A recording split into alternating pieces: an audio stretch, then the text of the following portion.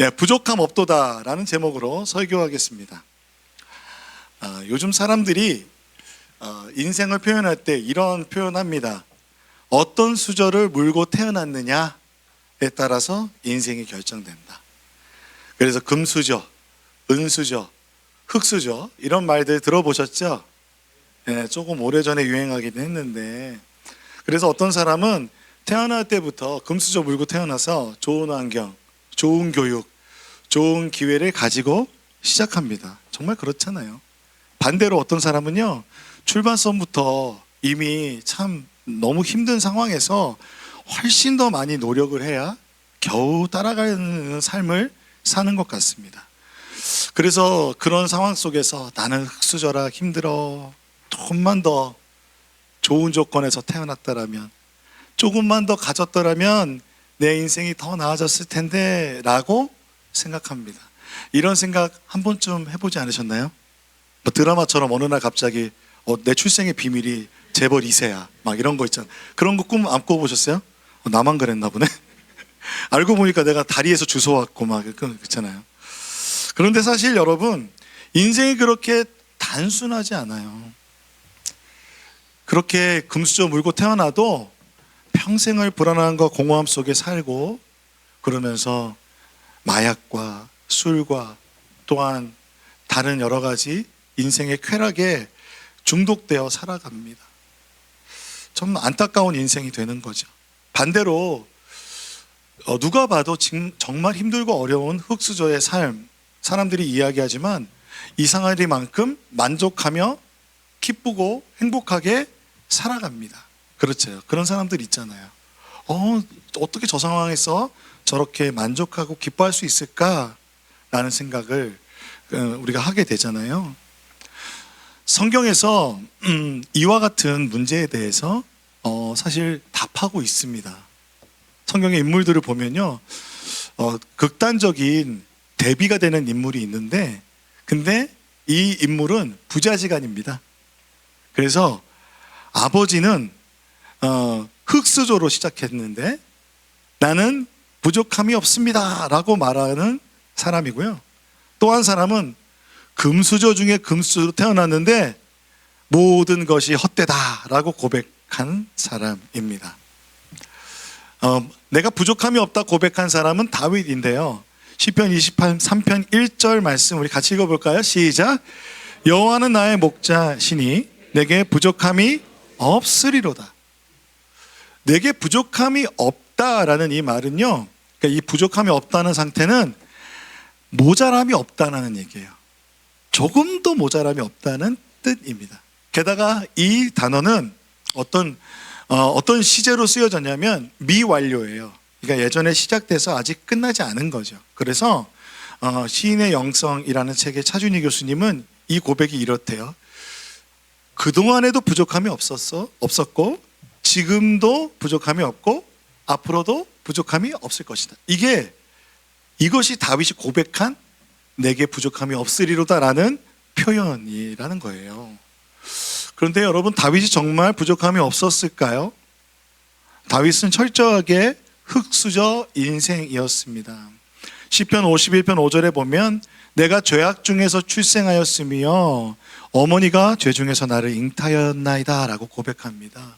다윗이 내가 죄인으로 태어났대요. 물론 우리가 기독교 교리에서 우리가 죄인으로 태어났다라는 선언을 합니다. 하지만 다윗이 그러한 어떤 선언으로서 이 이야기를 했다기보다는 그 시작의 존재 자체, 내 출생 자체가 환영받지 못했다는 거예요. 부적절한 상황 속에서, 또한 비정상적 관계 속에서 내가 태어났을 가능성, 그렇게 태어났다라는 것을 나타내고 있는 것 같아요. 내 출신조차도 부족함, 결핍에서 출발한 인물이었습니다. 그것을 어떻게 추측해 볼 수 있냐면, 사무엘이 그 2세의 아들들에게 이제 기름 부으러 왔는데 아들들을 다 모으잖아요. 그런데 다윗 어디 있었어요?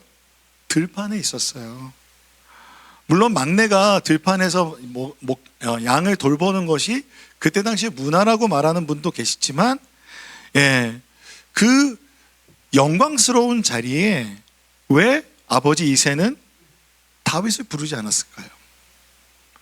들판에 방치되어 있었던 다윗은 어쩌면 아버지의 인정을 받지 못하고 또 가족들에게 환영받지 못하는 존재로 여겨지지 않았을까 사람들이 추측합니다.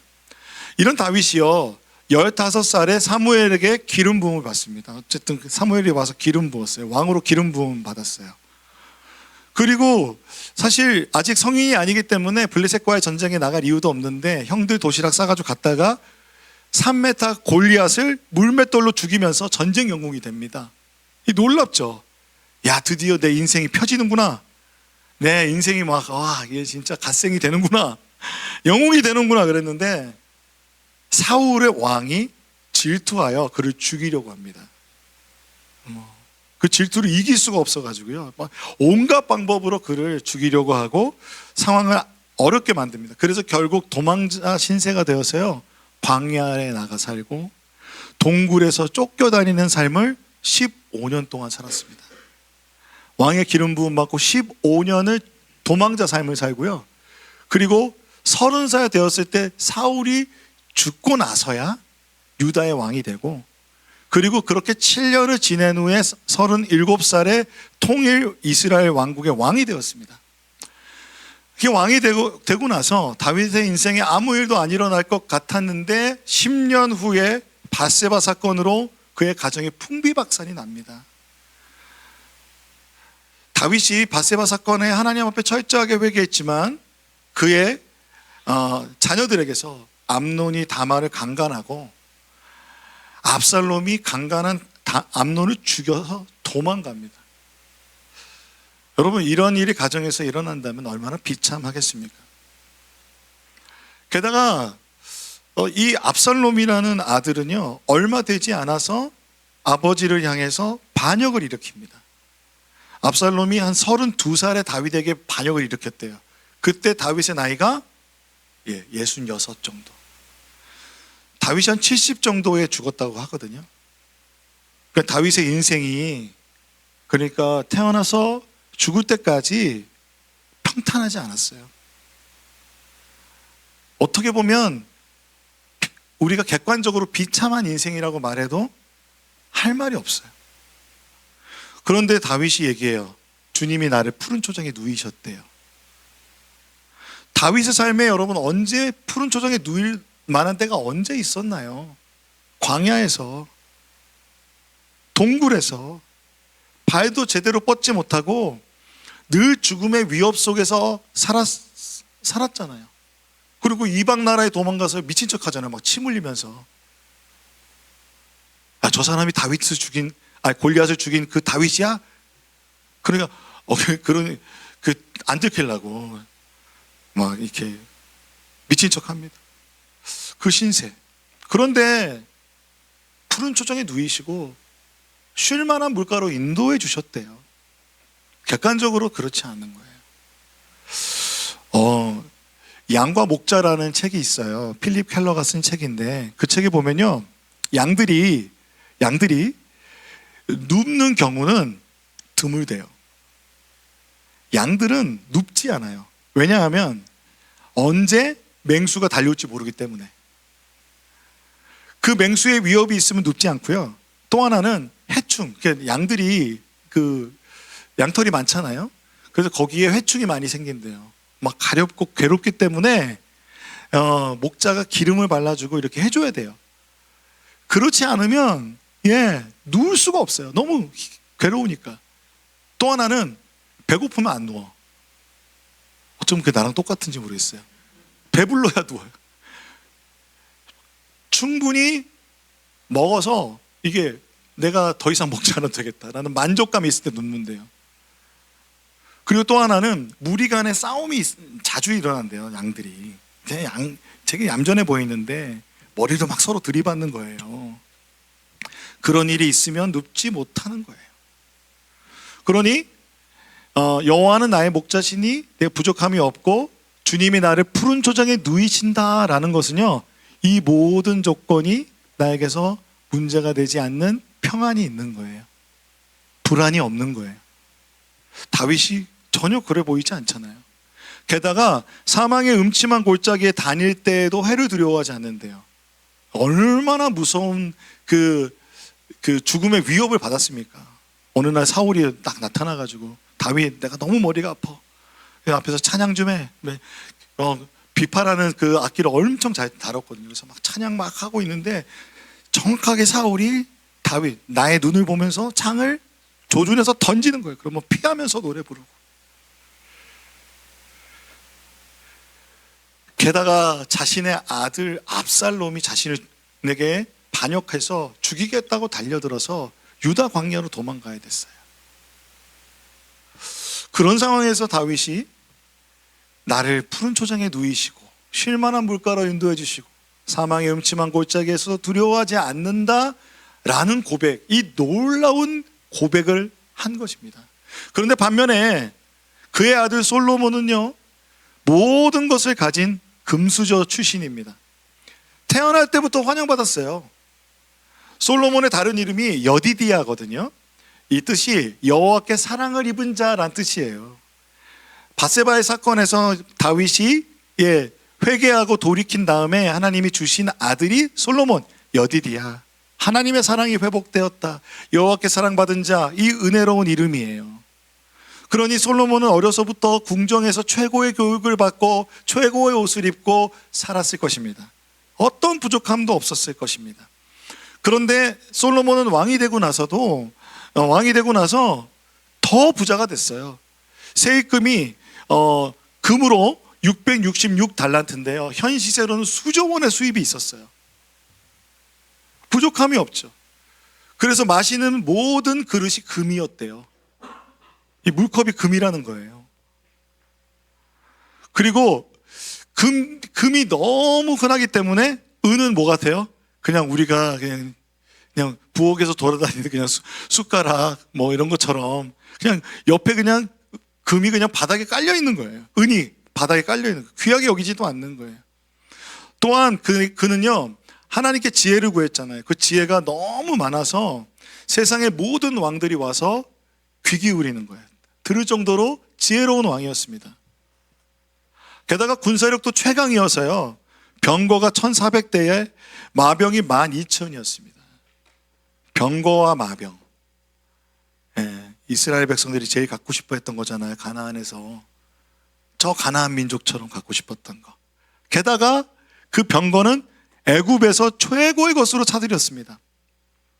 뿐만 아니라 이 솔로몬은요, 여인을 사랑하는 마음이 너무 많아서 이방의 여인들을 사랑해서 후궁이 700명 그리고 첩이 300명, 즉 1000명의 아내를 두었던 사람입니다.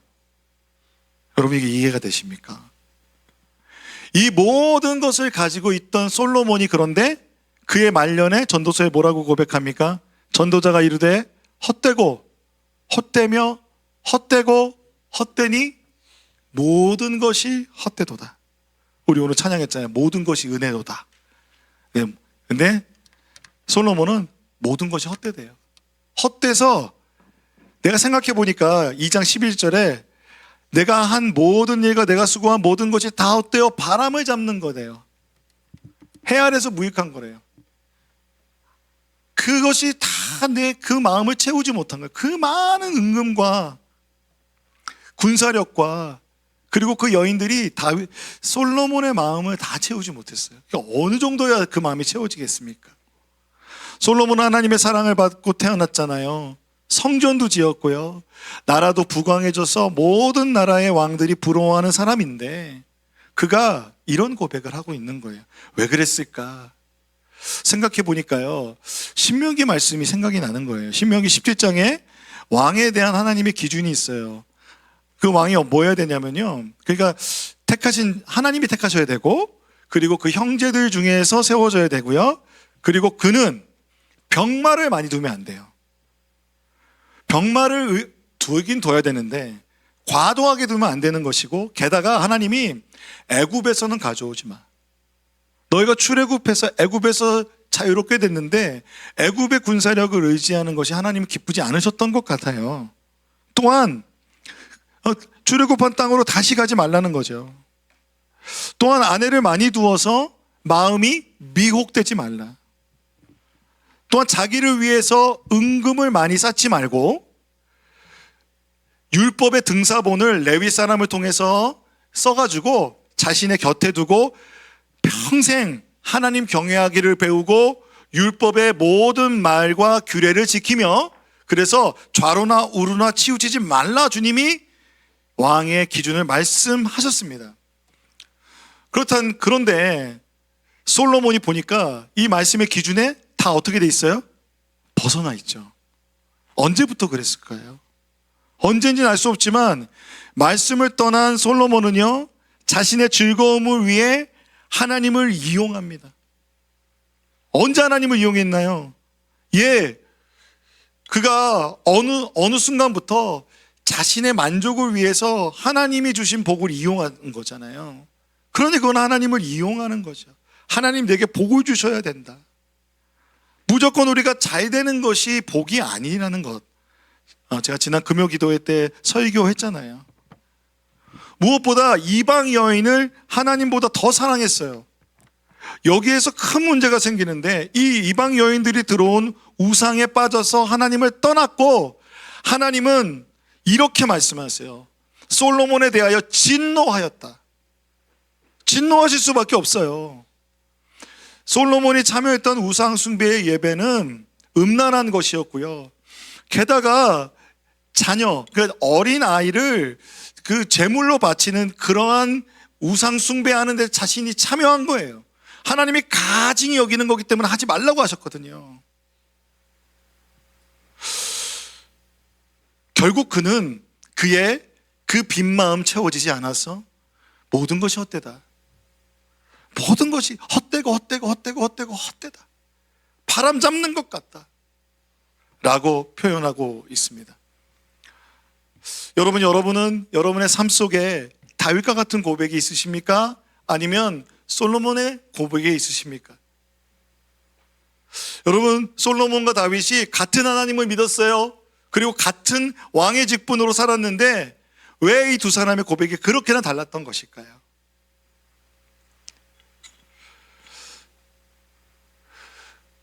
여러분, 제가 질문 하나 드리고 싶어요. 양이 목자를 선택하나요? 목자가 양을 선택할까요? 예? 양이 목자를 선택하는 것처럼 우리는 신앙생활을 해요. 그런데 그럴 수 없잖아요. 목자가 양을 선택하게 돼 있어요. 필립 켈러라는 분이 그 책을 쓸 때에, 그러니까 양 30마리를 사서 목축을 하면서 그걸 묵상하면서 책을 쓴 거예요. 30마리를 그러니까 돈 주고 사와야 돼요. 돈 주고 사오면 그 다음에 뭘 해야 되냐면 자기 주인만의 표식을 양들에게 다 하는 거예요. 몽골에 가면 양들이 엄청 많아요. 차 타고 가다 보면 막 풀어놓아 다니게 하는 양들이 엄청 많습니다. 사람의 인구보다 양들이 더 많아요. 그런데 놀라운 것은 뭐 걸어서 세계까지 이런 거 보면 몽골의 이야기가 나올 때 보면 그 양들이 저녁 되면 집으로 와요. 그 우리로 돌아오는 거예요. 그런데 자기 집 아닌 다른 우리로 가는 양 있다 없다? 있다. 있어요.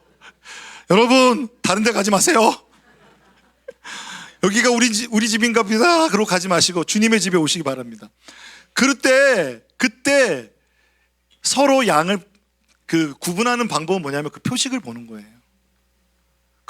그 가문만의 문장을 새기는 거예요. 그거 다 달라요. 그 목자만의 표식을 하는 거예요. 여러분, 이사야서 43장 1절에 이렇게 말합니다.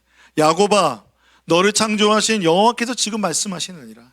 이스라엘아, 너를 지으신 이가 말씀하시느니라. 너는 두려워하지 말라. 내가 너를 구속하였고 내가 너를 지명하여 불렀나니. 같이 읽어볼까요? 시작. 너는 내 것이라. 주님이 여러분 내 것이래요. 너는 내 것이라. 목자 되신 하나님께서 우리를 선택해 주셨어요. 우리를 선택해서 너는 내 것이라고 말씀하세요. 아유, 주님, 나는 주님 것 아닌 것 같은데요. 내 삶을 보면 막 그런데요. 근데 여러분 주님 거예요. 주님이 여러분을 선택해서 이 자리에 앉아 계세요. 주님이 여러분을 선택하셔서 여러분 주님 거라고 표식을 주셨는데 그 표식이 십자가예요. 예수님이요, 십자가에서 우리를 위한 모든 대가를 지불하셨대요. 다 이루었다라는 그 단어가요, 그 상업적인 단어인데, 내가 모든 것을 지불했다. 우리의 모든 죄값을 지불했다. 우리를 자유케 하기 위한, 구원하기 위한 모든 값을 다 지불하고 우리를 사셨습니다. 주님이 이렇게 말씀하세요. 나는 선한 목자라. 선한 목자는 양들을 위하여 목숨을 버리거니와. 목숨을 내어놓아 우리를 사신 주님이신 줄로 믿습니다.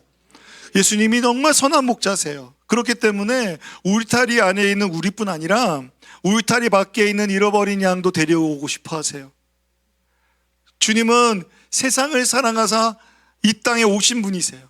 하나님 아버지께서는 그 아들을 보내주셨어요. 성령님은 우리에게 찾아오셨어요. 그리고 잃어버린 양 한 마리가 있으면 주님께서 언젠간 들어오겠지가 아니라 그 잃어버린 양 한 마리를 찾기 위해서 애쓰며 골짜기와 산을 돌아다니며 찾으시는 분입니다. 여러분, 우리가 주님의 마음 속삭일 때 있잖아요. 그럴 때 주님 어디 계셨어요? 여러분 찾고 계세요.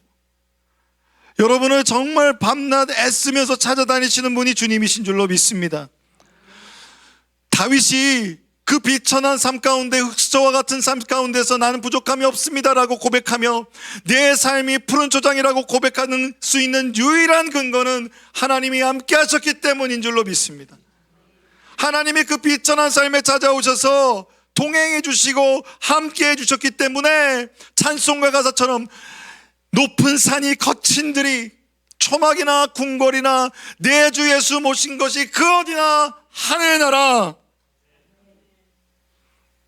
이 고백이 그 마음속에 있기 때문에 주님 함께하는 것은 다 푸른 초장입니다라고 고백할 수 있었던 것입니다.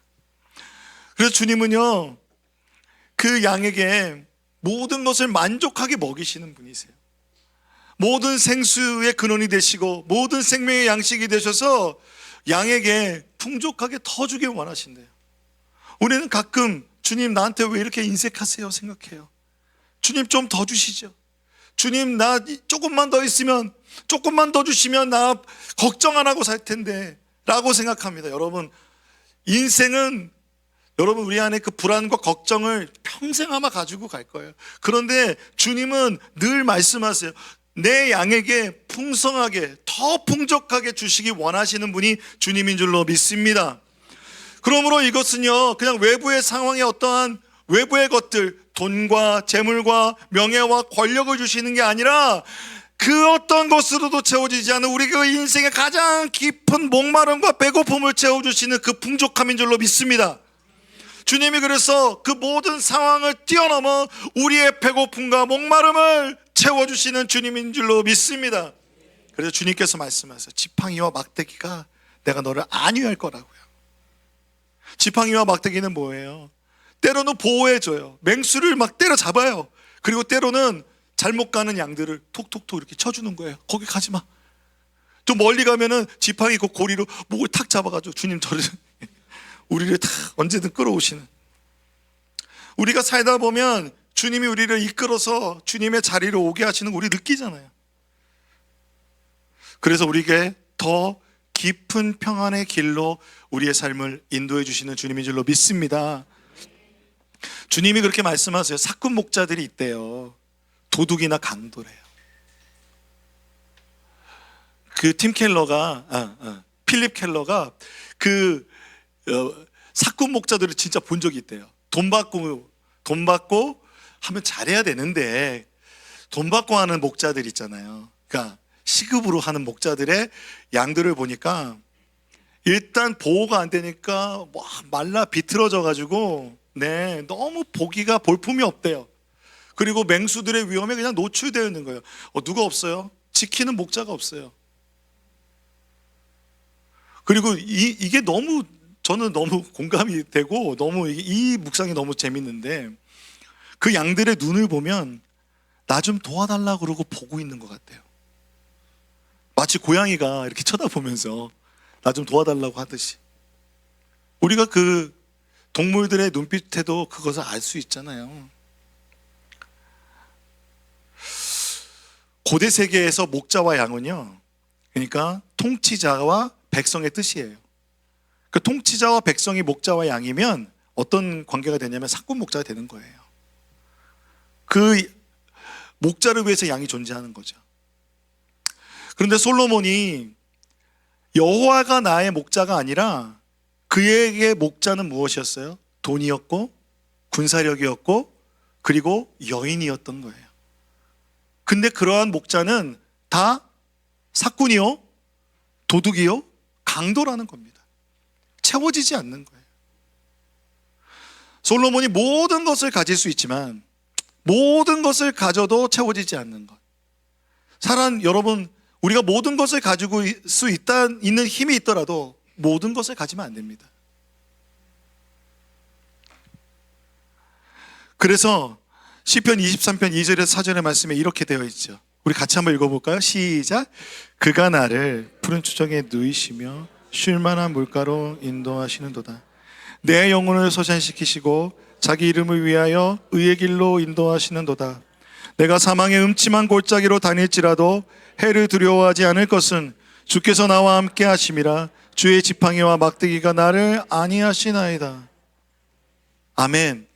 목자 되신 예수님은 선포하셨어요. 나는 선한 목자다 라고 선포하셨습니다. 그리고 너는 내 것이다 라고 우리에게 십자가의 표식을 주셨어요. 그렇다면 여러분, 우리가 해야 되는 것은 뭐냐면 다윗처럼 여호와는 나의 목자이십니다 라는 고백을 해야 되는 것입니다. 예수님이 나의 목자이십니다 라는 고백을 해야 그 예수님의 선하심을 누릴 수 있는 줄로 믿습니다. 예수님은 그래서 이렇게 표현하세요. 내 양은 내 목소리를 안다. 예수님이 내 목자가 되신다는 것은 내가 예수님의 마음을 알 수 있는 거예요. 예수님의 목소리를 안다는 것은 예수님과 그러한 인격적인 친밀한 관계 가운데 그 체험이 있는 거예요. 여러분, 오늘 주님 앞에 예배하는 이 시간, 주님과의 그 친밀함이 여러분에게 있고 또 오늘 찬양과 말씀과 기도 가운데 주님의 음성이 들리는 여러분 되시기를 소망합니다. 근데 여러분, 예수님의 사람이라는 책에 보면요, 이런 재미있는 예화가 있어요. 어느 날 어떤 사람이 천국에 갔어요. 천국에 갔는데 누가 나한테 말을 거는 거예요. 이름을 부르면서 용규야. 근데 실례지만 누구시죠? 나 예수님이야. 예수님을 못 알아보는 거죠. 우리의 인생 가운데 하나님 앞에 나아가지 않고 예수님의 음성을 듣지 않으면 정말 주님 오실 때, 주님 앞에 갈 때 주님과 어색한 양과 목자가 될 수 있다는 거죠. 사실은 웃음 포인트였는데 이렇게 진지하게 들으실 줄은 제가 몰랐는데요. 조금 과도한 표현이죠. 과장된 표현이지만 예수님의 사람은 24시간 예수님과 동행하는 것, 예수님을 계속 생각하고 묵상하고 그분의 음성을 듣는 것, 주님의 음성을 듣기 위해 예수님 앞에 나가서 찬양하고 말씀 듣고 주님 앞에 기도하는 여러분 되시기를 축복합니다. 그래서 예수님께서요, 우리의 양의 문이 되어 주시는 분이십니다. 여러분 보세요. 문지기는 그를 위하여 문을 열고 양은 그의 음성을 듣나니 그가 자기 양의 이름을 각각 불러 인도하여 내니라. 여러분 부르는 거예요. 그 자기 양을 다 내어놓은 후엔 앞서가면 양들이 그의 음성을 아는 고로 따라오되 타인의 음성을 알지 못하는 고로 타인을 따르지 아니하고 도리어 도망하느니라. 타인의 음성 따라가지 않는 여러분들에게 소망합니다. 혹시 주변에 타인의 음성 듣고 계신 분 계시면 얼른 좀 예수님의 음성을 들려주셔서 예수님이 찾으신다고 좀 여러분 전도하시고 예수님의 그 사랑을 좀 전하는 여러분 되시기를 소망합니다. 예수님의 음성을 들으면 들어오고 나가는 우리의 인생이 예수님과 동행하게 되는 것입니다. 예수님의 양의 문이 되신다는 것은요, 우리의 삶을 지키신다는 의미가 있어요. 왜냐하면 양의 문이라는 것은 요즘은 이렇게 울타리가 있지만 예전에 목자들은 양의 문이 누구냐면 목자예요. 목자가 누워서 그 문을 지키는 거예요. 그리고 목자가 밤새 불침번에 서면서 양들이 나가진 않는지, 그리고 맹수가 위협하진 않는지 계속 지키는 거예요. 그게 양의 문이라는 거예요. 그래서 구원하는 그 문은 예수 그리스도인 줄로 믿습니다. 예수님 외에 다른 이름을 주시지 않았습니다. 예수님의 그 이름을 붙잡고 나갈 때 우리가 주님의 그 구원의 문을 열고 들어가서 하나님 나라의 백성으로, 하나님의 자녀로, 주님의 귀한 양으로 살아갈 줄로 믿습니다. 그래서 하나님께서 이렇게 말씀하십니다. 내가 문이니 누구든지 나로 말미암아 들어가면 구원을 받고 또는 들어가며 나오며 꼴을 얻으리라. 그 주님께서는 그래서 우리를 환대해 주시는 분입니다. 문으로 들어갈 때 왔어? 그래 이렇게 어색한 인생 아니고요. 주님은 말씀하세요. 즐거이 부르며 기뻐한다고요. 여러분, 오늘 좀 주님 앞에 나올 때, 예배할 때 이런 기대를 가지고 오시면 좋겠어요. 우리가 함께 예배하러 올 때 주님이 나를 환대하신다, 주님이 나를 기뻐하신다, 주님이 나로 인하여 춤추고 계시다, 나로 인하여 환영하며 소리치고 계시다, 여러분의 이름을 부르면서 주님이 기뻐하시는 줄로 믿습니다. 그래서 그 구원의 문 안에 있는 우리에게는 하나님의 두 가지 성품이 우리를 다스립니다. 하나는 선하심입니다. 선하심은 토부입니다. 창조의 질서가 회복된 것이죠. 금요기 될 때 말씀드린 것처럼 우리의 인생에 참된 행복을 주는 그 선하심이 우리와 함께 하십니다. 여러분 믿으십니까? 두 번째, 인자하심입니다. 인자하심이나 선하심이나 똑같은 거 아닌가요? 아니요, 인자하심은 헤세드입니다. 헤세드는 변하지 않는 사랑입니다. 우리는 사랑할 때 인간은 마음이 변해요. 그런데 주님은 헤세드, 절대로 변하지 않는 신실한 사랑으로 끝까지 사랑해 주시는 주님인 줄로 믿습니다. 결코 변하지 않는 그 사랑으로 우리를 사랑해 주시는 주님께 우리가 주님 만나는 그날까지 또한 이 땅에서도 하늘나라 누리면서 예수 안에서 그 어디나 하늘나라를 누리는 사순절 되시기를 주님의 이름으로 축복합니다. 시편 23편 5절에서 6절 말씀을 같이 읽어보겠습니다. 시작. 주께서 내 원수의 목전에서 내게 사랑을 차려주시고 기름을 내 머리에 부으셨으니 내 잔이 넘치나니라. 내 평생에 선하심과 인자하심이 반드시 나를 따르리니 내가 여호와의 집에 영원히 살리로다. 6절 다시 한번 읽겠습니다. 시작. 내 평생에 선하심과 인자하심이 반드시 나를 따르리니 내가 여호와의 집에 영원히 살리로다. 아멘. 우리가 함께 그 주님을 찬양하며 나아가겠습니다.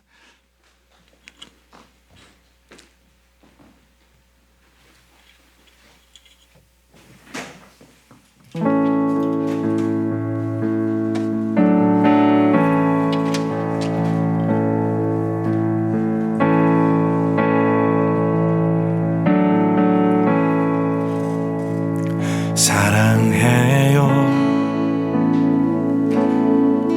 신실하신 나의 주님, 나의 삶 주님 안에 있네. 눈을 뜨는 아침부터 나 잠들기까지 선하신 주를 노래하리.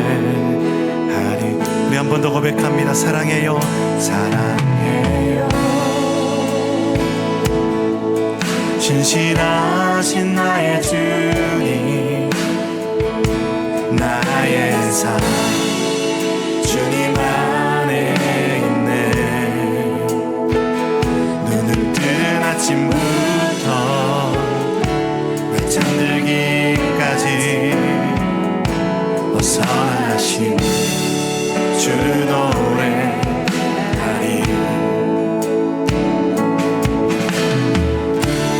신실하신 나의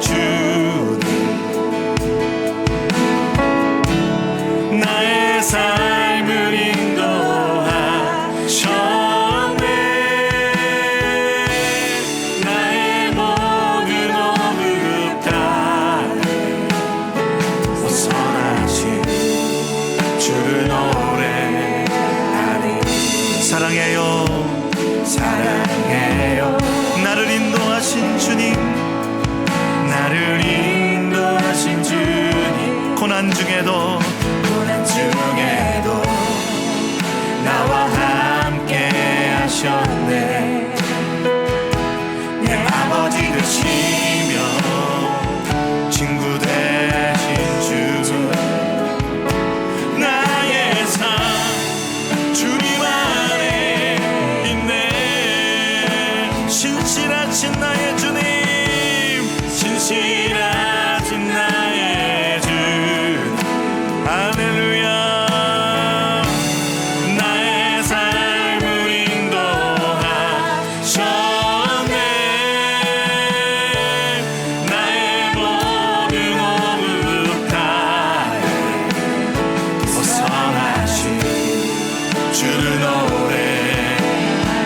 신실하신 나의 주님, 신실하신 나의 주, 나의 삶을 인도하셨네.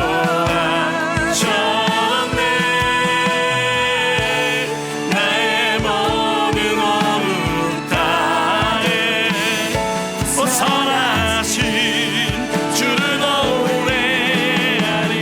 주님의 선하심이, 주님의 선하심이 날 인도하시네. 할렐루야. 주님의 선하심이 날 지켜주시네. 주께 엎드려 나의 모든 삶 주님께 드리네. 주님의 선하심이 날 인도하시네. 주님의 선하심이, 주님의 선하심이 날 인도하시네. 주님의 선하심이 날 지켜주시네. 주께 엎드려 나의 모든 삶 주님께 드리네.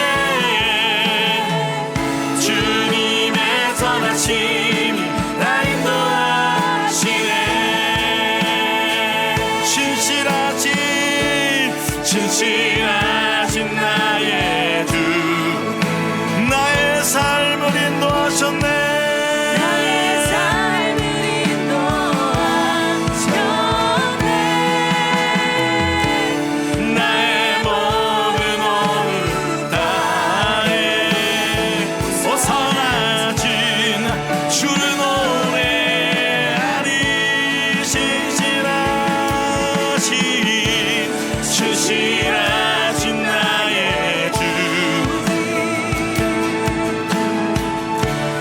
나의 삶을 인도하셨네.